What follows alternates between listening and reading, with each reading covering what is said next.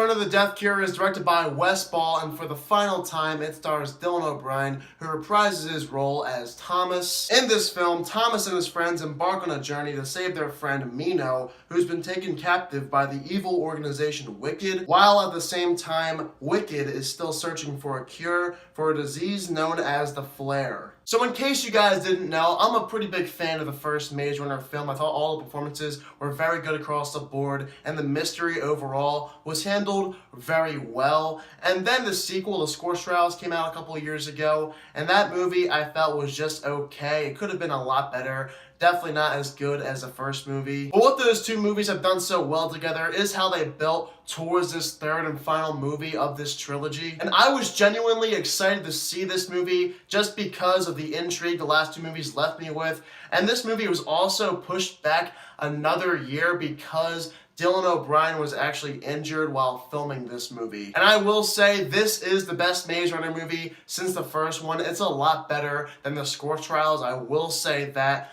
But at the same time, it's not better than the first Maze Runner movie. Let's start off with the things I liked about the Death Cure. Dylan O'Brien once again comes back playing Thomas, and he once again is great in this role. I truly do think he is one of my favorite actors working today, and in this movie he once again kills it. I love this kid so much. He is such an underrated actor. American Assassin was another movie he was in last year. I also thought he gave a really good performance, so I'm hoping he's given better things to do in the future. I think he has so much potential, and that's something I also think these movies have done well, is the casting. I don't think they got anybody wrong in terms of casting decisions here. All of the casting choices I feel were the correct ones. I could not imagine anybody else playing these characters. What this movie also does very well is how it's not slow whatsoever. The last movie had a couple of slow points, but in this movie, it's non-stop from beginning to end. I was into it. I mean, right away from the beginning, there is an awesome action scene, and the movie never looks back because it starts getting better and better as it goes along. And that's exactly what you want from a third film in a trilogy. You want it to be the most action-packed,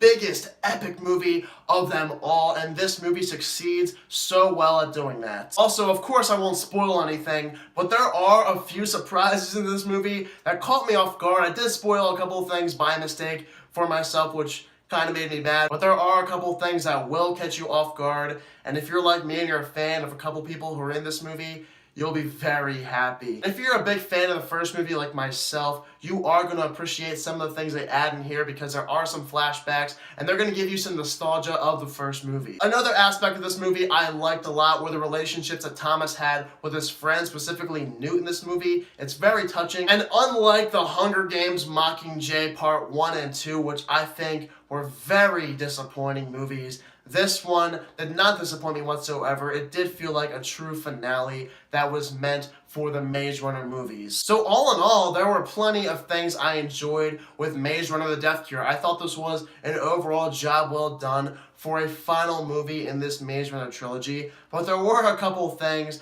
that did take me off just a bit. One of those is how this movie by far has the most cliches ever in movie history. There were about 5 times where characters were in some situation they could not get out of, but at the last second, somebody comes to save them, and that just made me roll my eyes so many times. I don't know why they had that happen, but there were plenty of cliches in this movie. And also, there were unanswered questions in this movie. I had a bunch after the first movie, obviously. I had even more after the second movie, and in this movie, I still have some, and I don't know why they couldn't have just gone that extra limit to at least answer a few. So by the end of this movie, I felt there was just a lot left to be desired, which disappointed me a little bit because in the final film, you want all the answers, and I know there's not going to be another movie after this. So that's just pretty disappointing for me to know that I will never get the answers to some questions I had. So at the end of the day, I thought Maze Runner the Death Cure was an enjoyable movie. There are plenty of things I had fun with here. It did its best with the source material it was given. Obviously, this is a young adult movie, so it's not going to be for everyone. A lot of people are going to skip out on this movie. They're not going to like it as much. But for me, being a fan of the first movie so much, I truly did like this movie. So even with a few movie cliches, I'm gonna give Maze Runner: The Death Cure a 70%. I do feel this is a fitting finale for the final film in this trilogy. I'm very sad that this movie series has to come to an end because the first movie, in my opinion, was very enjoyable. But I would like in the future for them to go back and explore what exactly the point of the maze was. And just like the Hunger Games, I hope they do show us a prequel of what exactly happened back in the day with these mazes. So if any of you guys happen to see Maze Runner: The Death Cure, please let me know down below in the comment section what you guys thought of it. If you're new to my channel, click that subscribe button and follow me on Twitter at SvenSulley and follow me on Snapchat at SvenMovies. Thank you all so much for watching this video. I hope you all have a fantastic day.